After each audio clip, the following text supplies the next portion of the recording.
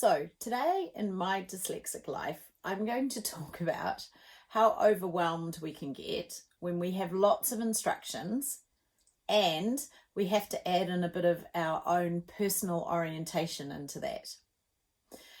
This story was one that I was telling Becky and a friend the other day, and they were just laughing so much about it. And I think the thing that struck me is that I was laughing too. I genuinely thought it was funny. I didn't feel stupid and I didn't feel like there was anything wrong with me. I just thought it was hilarious. And I guess that's what happens when you can accept these parts of dyslexia and they don't have that hold over you. They don't make you feel shame. It is just funny. So I am going to a physio at the moment for some knee damage. And part of my physiotherapy was we went upstairs to the gym and there was a treadmill. So my physio said to me, okay, so the best way to rehabilitate, the knee and the quad muscles is for you to walk backwards on the treadmill. So I kind of looked at him with a bit of panic in my face. I said, what do you mean backwards? So the treadmill, he turned the treadmill on and he got me to stand on the two sides of it. And he said, okay, so now what you need to do is turn around. Well, it looked like I was on the precipice of some cliff because I was like clutching onto the sides for dear life as I managed to move one foot to the other side, shuffle my body around and move the other foot to the other side. Now, I don't know how many other dyslexics out there have this little quirk, but for me, stepping onto moving things is really difficult. I'm terrible with escalators. I'm terrible with anything where the ground is moving and I have to judge when to walk on it. So I looked like a deer in headlights. I was hanging on to the sides of this treadmill. Don't forget, I was facing, backwards. The treadmill machine, the control panel was behind me. So the ground was moving towards me and I had to start walking on it. And bless my physio, who's a lovely young guy, said to me, okay, let's turn the speed down.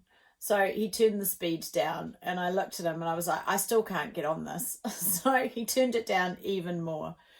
And then he said to me, okay, so don't look at the moving treadmill, just look straight ahead.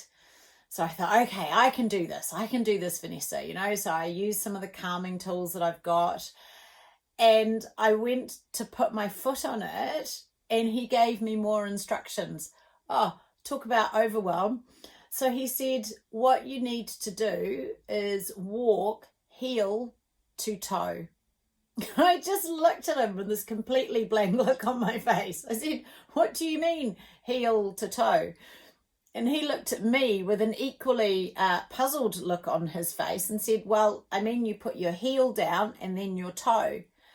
But in my dyslexic mind, I couldn't figure out whether I was putting my heel down first or my toe down first. So not only was I a bit stressed and anxious anyway, the instructions he was giving me were overwhelming me. And then the extra added little magic of dyslexia means that in my mind, I was still really facing forwards on the treadmill. So although my body was facing one way, my mind was looking at it from a different perspective. So I was completely confused about trying to put my heel onto the treadmill first. And I could see my physio just didn't quite know what to do. And I said to him, have you ever taken a dyslexic through walking on a treadmill backwards when I don't like even walking on moving things and you're giving me lots of instructions and now you're trying to tell me to work out which is my heel and which is my toe? And I just started laughing because at that moment there wasn't much else I could do. But I did say to him, this is my dyslexia. I'm having a really hard time navigating, figuring out what you mean by heel to toe. So he, bless him, he very kindly came and stood beside me, so he was facing the same direction, and then showed me what he meant. Because my natural reaction was to put my toe down first and then my heel. And he very kindly walked me through what the action looked like. And once I could see visually what I was supposed to be doing, it got a little bit easier. So I eventually managed to get on the treadmill. I think I probably took the longest time in history to actually get myself on that treadmill. But afterwards, I laughed and I said to him, you know, that's how dyslexia affects you. It can affect your left and right. It can affect your sense of direction.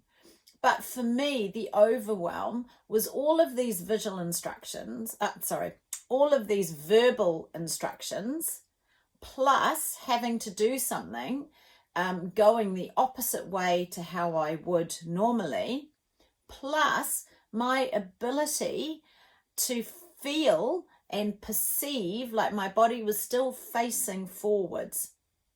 So now when I tell that story, I am in fits of laughter because my physio is used to dealing with high performance sports people, of which I can assure you, I am not a high performance sports person. But being able to talk to him and say, look, I just can't understand what you're saying to me. I understand the words, but I can't understand what you want me to do. And that's because I'm dyslexic. It just took away all of the shame. It took away the panic that I was feeling. I wonder if any of you have kind of experienced anything like this. Do you know what I mean when you get confused, when you get lots of instructions, and especially when they're relating to your coordination? For me, coordination is definitely one of the things that is affected by my dyslexia. So I hope you enjoyed this little story about me on a treadmill, and I'd love to know if anybody else experiences these type of challenges, walking onto escalators, you know, knowing your left or right, or just having that sense of direction. So I hope you've enjoyed this little segment of my dyslexic life, and I'll see you again soon.